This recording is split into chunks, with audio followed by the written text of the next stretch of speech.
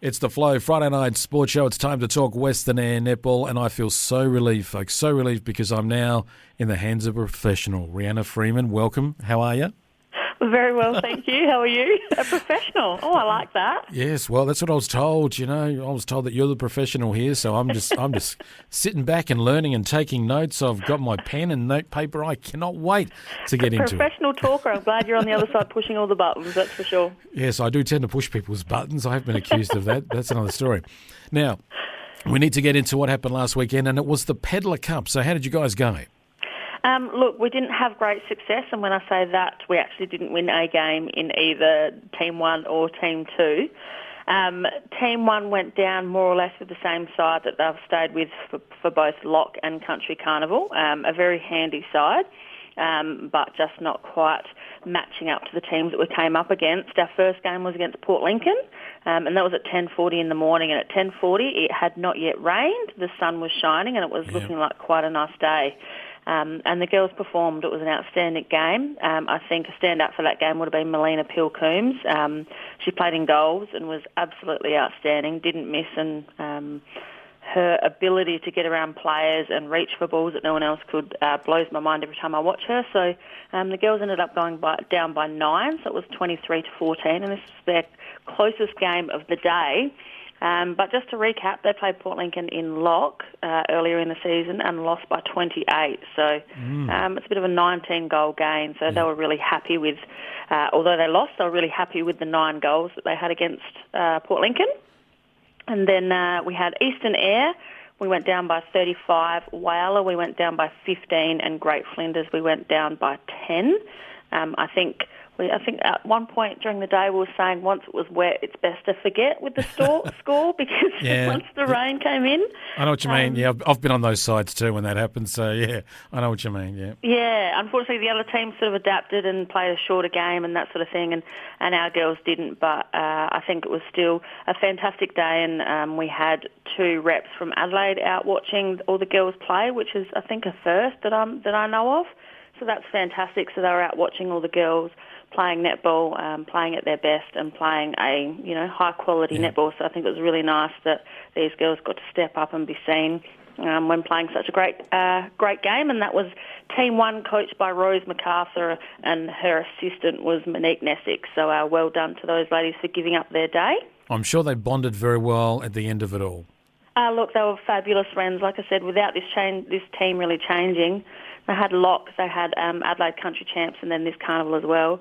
They've all become really good friends. A new association last year, so some of these girls don't really know each other, and it was such a fantastic opportunity for them to get to know them. So only positives coming from that carnival, I would say.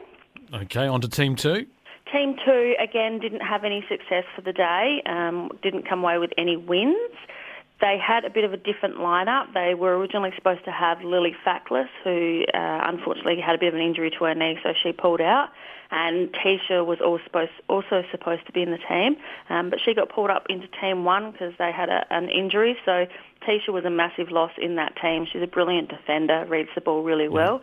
But they still had a really quality side because that brought in Scout Pokinghorn and Charlie Seneca into their team, so both very handy little netballers.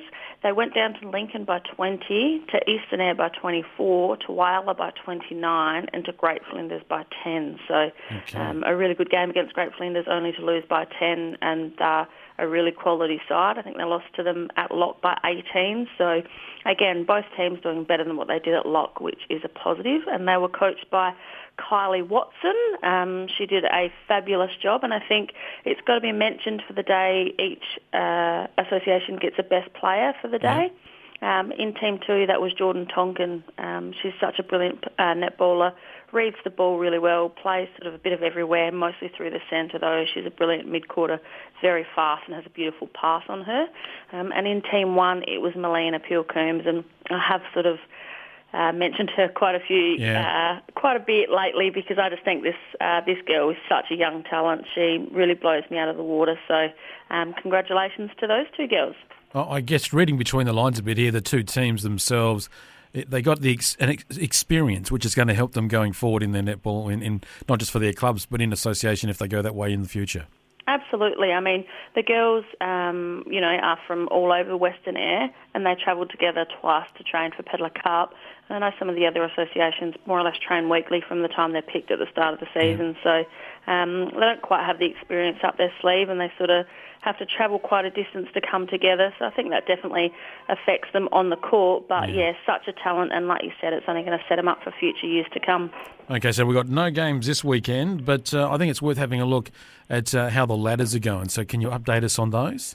Yeah, so we've obviously got the 3 junior sides at association level. The youngest one's a junior C, and that is 11 and under. And we've got 5 teams there. We've got Westies who are out on top, clear with 16. And it's got to be said with these girls, I was having a look at the ladder earlier, they're actually on 378%. So this year they have scored 216 goals and only 57 against them. So as you can imagine, that Westies team is a very talented little group of girls for an under-11s group. Yeah. And Canibba are second, Blues are third, Sevi are fourth, and Hawks are fifth, so that's the junior C. And then we've got the junior B, which is the 13 and under. I actually coach the Hawks side here, and there's some really talented young girls in this 13 and under side. Westies are out on front on 20 points, Sevi are second, Hawks are third, Blues are fourth, Canibba are fifth, and Wirral are sixth. So Wirral are currently without a win. Other than that, it's quite a tight ladder, so it looks like the rest of the girls could possibly make the finals. In the Junior A, we have got Hawks out on front on 16, but they're actually equal points with Westies on 16. Hawks are only just in front by, I think it's 4% in percentage, so it's a really tight ladder there for the Junior A. Wirral are only close behind in third on 14. Blues and Sevi both equal on on 5 points, in fourth and fifth position, and Canibba on 4 points in sixth position. So that's a bit of a wrap-up of the juniors. Yep, okay. And then we've got the seniors. We've got D grade. Now, this D grade, out in top, we've got Westies. And again, something that needs to be mentioned here is these girls haven't lost a game. They're on 16 points. They're an outstanding side.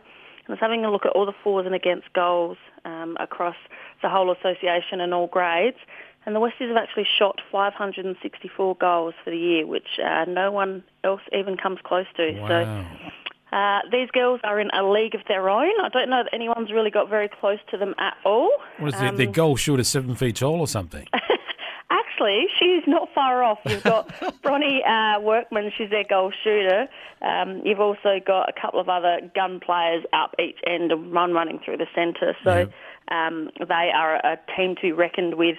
Hawks are close behind, well, not close, they're only on 8 points in second position. On exactly 100%, they've got 329 goals for and against them. Sevi in third position on 6 points. Blues also on 6 points in fourth position, and Wirral on 4 points in fifth position. So only 5 teams in that grade, and really tight in third, fourth and fifth. So that's sort of anyone's game there to make finals. And then we've got the C grade. Hawks are out on front on 16 points. Westies in second position, closely behind on 15. Blues also on 15 points, but in third position. Sevi on 10 points in fourth position, and then Canibba and Wirral are both only on 2 points in fifth and sixth, and unfortunately out of the running for finals, unless some kind of a miracle was to happen there, I think, for those guys. Yeah, they'd have to win every game that's remaining, I feel. Yeah, they would, and they've actually got, they've got quite good sides, but just sort of don't seem to be able to pull it together on the day. So, unfortunately, I think that still, they've still got 5 games to go, so who knows what could happen, but finals might be out of the mix for those guys.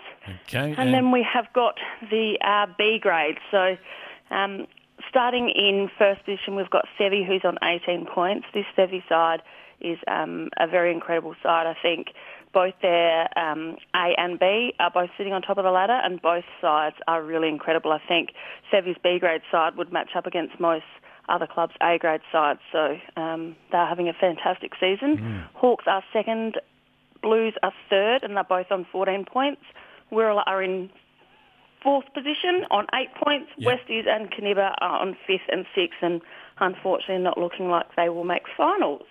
No, but Wirral is looking okay. Yeah, we're on 8 points there in the mix there. And I think it just depends, when you've got your other grades around you, what you can do and that sort of thing. They've got quite a good A grade that are sort of around the mark as well. So I think that sort of pushes them at training and that sort of thing. So with another 5 games to go, who knows what could happen there. And on to the A grade? Yeah, so A grade, we've got Sevi out on front. They haven't actually lost a game. They're on 15 points. Hawks closely coming in behind on 12 points, Blues on 7, Wirrala on 6, and Westies currently without a win. So only the 5 in the A grade, as Canberra haven't filled an A grade this year. And that draw makes it annoying a bit, doesn't it? Yeah, it makes it a bit of an untidy ladder if you don't like uneven numbers, but also makes it very interesting. So it can be a bit deceiving, that ladder, because Wirrala only on 6 points, but still a very quality side. Just that top four is really tight, but Sevi currently well and truly out in front. All righty. Well, we'll leave it there with the ladders, and we've got the round. So you said 5 rounds to go, and so we'll get into those starting from next week. And not a problem, and looking forward to previewing next week's A-grade match with you. All right, thanks, Rehanna. You have a wonderful weekend, and keep cool, or rather keep warm and avoid the cold, and you look after yourself, and we'll catch you again next week. Not a problem. Thank you very much.